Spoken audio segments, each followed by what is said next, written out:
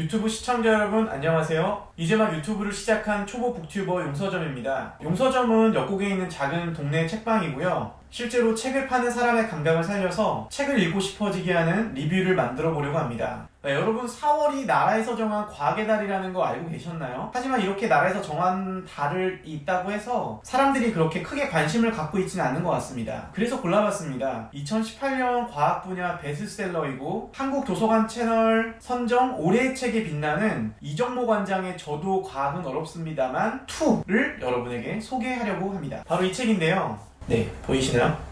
이 책은 2018년에 나왔던 그 전작에 이어서 두 번째 나온 책입니다. 일단 책을 딱 처음 접하면 저자의 모습을 형상화한 일러스트가 눈에 띄는데요. 1권에서는 저자가 뜀틀을 넘는 모습이었고 2권에서는 스트레칭을 하는 표지로 되어 있습니다. 일러스트를 보시고 이거 어디서 본 얼굴인데 하는 분들이 있을 거예요. 바로 윤태호 작가의 미생에 등장하는 마부장이라는 캐릭터가 이정모 관장을 보고 그린 거라고 합니다. 또 표지는 책에 대한 힌트를 주기도 하는데요. 이 책 같은 경우는 누구나 이 표지를 보고 이 책이 뭔가 유머러스한 내용을 담고 있겠구나 라고 떠올리게 될 겁니다. 실제로 이 책에는 이 저자의 위트가 곳곳에 담겨 있고요. 네, 그러면 본격적으로 책을 여러분들에게 소개해 보도록 하겠습니다. 일단 이 책은 저자가 한국일보와 뉴스토마토 매체에 기고한 칼럼을 모은 책입니다. 총 5부로 나눠져 있고 64개의 칼럼이 책에 빼곡히 담겨 있습니다. 그리고 보너스로 책 후반부에 저자 인터뷰가 부록처럼 실려 있습니다.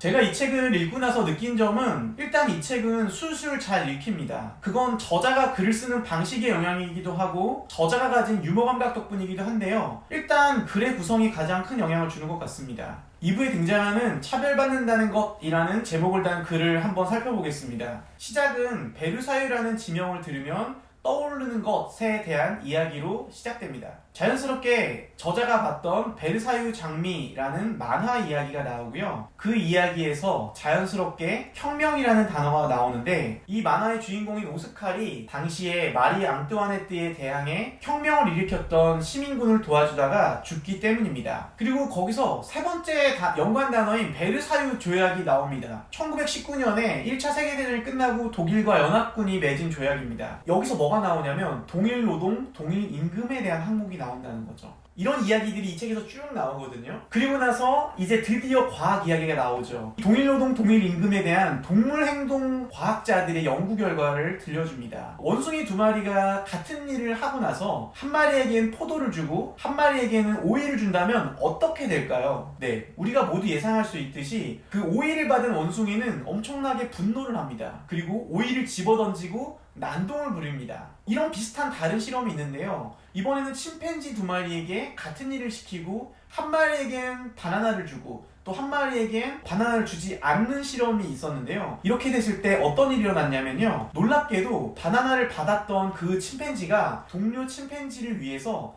자기의 바나나를 받지 않고 연대투쟁을 하는 그런 결과가 나왔다는 겁니다. 그런데 여기까지 읽고 나서도 독자들은 도대체 이 저자가 무슨 얘기를 하고 있는지 감을 잡기가 쉽지 않습니다. 이 글의 마지막 문단이 나옵니다. 믿기 어렵겠지만 우리나라도 ILO 회원국이다. 그런데 협약 189개 중 불과 29개의 협약만 비준한 무늬만 회원국이다. 그리고 우리는 원숭이처럼 투쟁하고 침팬지처럼 연대해야 한다. 네, 이게 이 책에 관통하는 이정모라는 저자가 쓰는 글쓰기의 하나의 패턴입니다. 그리고 이렇게 저자가 너를 띄는 사이에 뭔가 우리에게 한 가지 자극을 주는 그런 독특한 통찰을 주는 거죠. 거기서 오는 통쾌함? 그런 것들이 좀 있는 것 같고요. 게다가 이 저자가 과학자이기 때문에 이 과학적 근거를 들어서 이야기를 풀어서 쉽게 반박하기도 어렵습니다. 저는 이 외에도 굉장히 많은 글들을 흥미롭게 읽었는데요. 잠을 왜 잘까? 라는 제목으로 시작해서 그 버스 노동자의 고된 노동 그리고 수면권을 보장하는 이야기도 흥미로웠고요. 라돈과 음이온이라는 글에서는 결국은 음이온이 건강에 아무런 영향이 없다라는 과학적 발표가 났다라는 그 이야기도 흥미로웠습니다. 우리가 많이 알고 있는 책으로 알고 있는 마시멜로 효과, 인내가 얼마나 중요한가에 관한 이 이야기도 실제로는 과학적으로는 그 근거가 부실하다라는 그 이야기도 담긴 글이 있는데요. 저는 이런 여러 가지 우리가 흔히 당연하다고 알고 있는 과학적 이야기들이 사실은 그렇게 근거가 없을 수 있다라는 그런 글들을 볼 때 개인적으로는 재밌더라고요.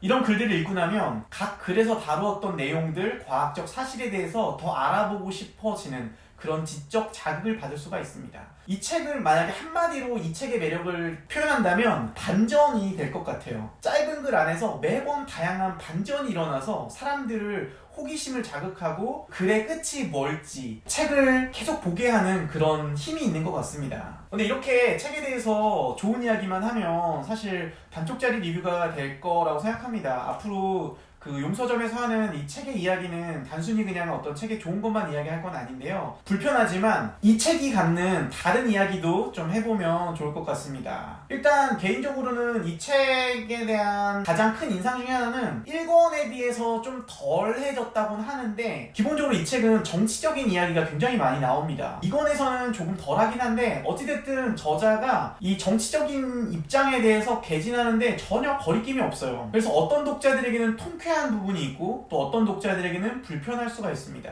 과학이 중요한 게 아니라 어떤 이야기를 자기가 주장을 하고 싶은데 거기에 대해서 과학을 근거로 삼기 위해서 끌어다 쓰는 게 아닌가, 그렇게 오해할 수도 있겠더라고요. 그리고 이게 계속 연재했던 칼럼의 모음이다 보니까 사실 글 간의 편차가 분명히 존재합니다. 어떤 글은 무릎을 치는 정말 탁월하게 잘 쓴 글처럼 보이는 글이 있는가 하면 몇몇 글들은 읽으면서 이게 어떤 이야기를 전달하려고 한 건지, 이거는 독자마다 개인차가 있을 수 있는데요. 그런 식으로 몇몇 칼럼 같은 경우는 좀 아쉬운 부분들이 보이는 글들도 있다라는 거 여러분 읽으실 때 좀 참고하면 좋을 것 같고요. 뭐 이런 단점에도 불구하고 이 책은 기본적으로 탁월한 과학 커뮤니케이터가 들려주는 좋은 과학 교양서인 것은 분명합니다. 각 글의 분량이 짧기 때문에 여러분들이 자주 머무는 곳, 오가는 곳에 이 책을 놓고 한 편씩 읽기만 해도 굉장히 좋은 독서가 될 수 있고요. 침대맡에 놓고 하루에 자기 전에 혹은 아침에 일어났을 때 첫 번째 독서, 마지막 독서를 해도 굉장히 좋은 책이라고 생각합니다. 이렇게 첫 번째로 용서점에서 책 리뷰를 한번 해봤고요. 이달의 책 첫 번째 책이기도 하고 조금 급하게 준비하느라 제가 읽으면서 느꼈던 흥미로움을, 이 책의 매력을 여러분에게 제대로 전달하지 못한 것 같아서 아쉬운 마음도 좀 들긴 합니다. 5월에는 원래 하려고 했던 엄기호 작가의 고통은 나눌 수 있는가를 준비해 볼 생각입니다. 여러분 그때도 함께 해주세요. 시청해주셔서 감사합니다. 안녕히 계세요.